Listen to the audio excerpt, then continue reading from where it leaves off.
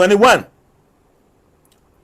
The leftism in the US will turn to something else, causing a lot of social unrest due to an alliance with radical Islamism globally. To USA, you were the left, you were the right. But left for no, Oman who said the way at Trump and no or are very radical when it comes to migration, especially when it comes to Islam. So the left will try to go and side with Muslims or Islam. Okay? Even though we are America for, and they know say some of this radical Islamism and you're very good.